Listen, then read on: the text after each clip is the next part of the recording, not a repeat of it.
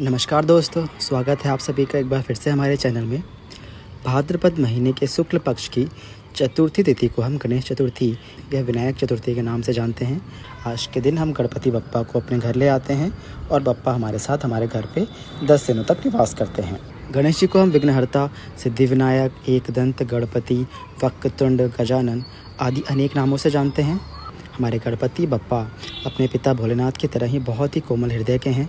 अगर उनकी कृपा किसी पर हो जाए तो उसका जीवन सुखमय हो जाता है। कहा जाता है कि इनको खुश करना बहुत ही आसान है। वैसे तो कहा जाता है कि गणपति को हम अपना दोस्त मान सकते हैं।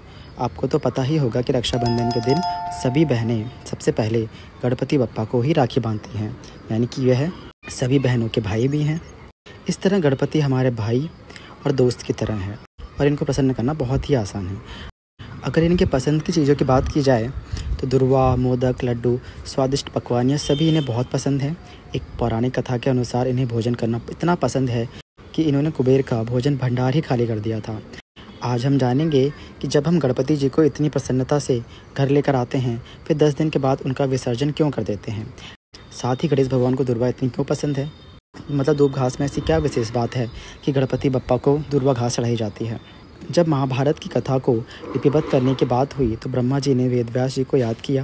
अब वेदव्यास रचयिता तो हैं, पर इतने बड़े महाकाव्य को लिखने के लिए कोई ऐसा ज्ञानी चाहिए था जो वेदव्यास के शब्दों को लिखे। वेदव्यास जी ने बुद्धि के देवता श्री गणेश जी से आग्रह किया कि आप महाभारत का काव्य लिखें। गणेश जी ने एक शर्त रखी कि अगर मैं महाभारत लिखूंगा तो एक पल का भी विराम नहीं लूँगा। अतः स्थिति यह थी कि अगर श्री गणेश जी को लेखन कार्य दिया जाता है तो वेदव्यास जी को अपने वाणी पर एक पल का भी विराम नहीं लगाना होगा, और हुआ भी ऐसा ही।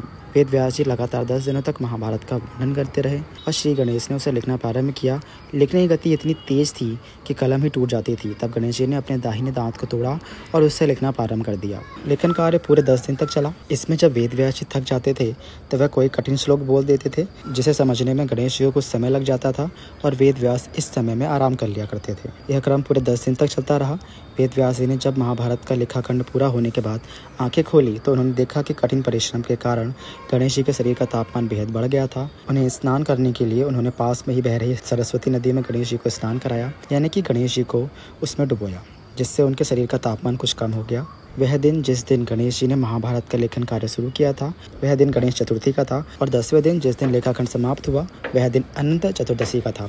इस समय से गणेश चतुर्थी के दिन के 10वें दिन गणेश विसर्जन किया जाता है। अब बात करें कि गणेश भगवान को दुर्वा क्यों चढ़ाई जाती है या दूब घास क्यों चढ़ाई जाती है। कहा जाता है कि गणेश भगवान की पूजा दुर्वा चढ़ाए बिना अधूरी मानी जाती है। स्कंद पुराण में बताया गया है कि एक बार एक राक्षस ने बहुत उत्पात मचाया हुआ था। वह आंखों से आग निकलता था, सब कुछ भस्म कर देता था। सभी देवता घबरा गए। इस पर गणेश ने देवताओं को आश्वासन दिया कि वे उनकी रक्षा करेंगे और युद्ध में उस राक्षस को पराजित करेंगे। युद्ध के मैदान में राक्षस ने भगवान गणेश पर अग्नि की गोली से आक्रमण करना शुरू कर दिया। तब भगवान गणेश ने अपना विराट रूप दिखाया और राक्षस को निगल गए। राक्षस को निकलने से भगवान गणेश को अपने अंदर गर्मी के कारण बेहद बेचैनी होने लगी। तब चंद्रमा मदद के लिए आगे आए और गणेश जी के सर पर खड़े हो गए। इससे भगवान गणेश का एक नाम भालचंद्र भी पड़ गया, लेकिन इससे भी उनको शीतलता का अनुभव नहीं हुआ। इस प्रकार सभी देवताओं ने गणेश भगवान की मदद करने का प्रयास किया। भगवान विष्णु ने गणपति को अपना कमल पुष्प दिया, लेकिन उससे भी उन्हें कोई फर्क नहीं पड़ा। फिर भगवान शिव ने गणेश जी की तोद पर अपना सर्प लपेट दिया, लेकिन उससे भी जब कोई फल नहीं निकला तब ऋषि मुनि दुर्वा घास लेकर आए और दुर्वा घास को भगवान गणेश के सर पर रखा, जिससे श्री गणेश जी को शीतलता का अनुभव हुआ। इस प्रकार गणेश जी ने घोषणा की जब भी कोई गणेश जी को दुर्वा घास अर्पित करेगा तो उसे गणेश भगवान का आशीर्वाद अवश्य प्राप्त होगा। तो दोस्तों, कैसी लगी आपको यह जानकारी हमें कमेंट्स करके जरूर बताएं। वीडियो को लाइक करें और ऐसी ही कथा, कहानी और जानकारी के लिए हमारे चैनल को सब्सक्राइब करें। धन्यवाद।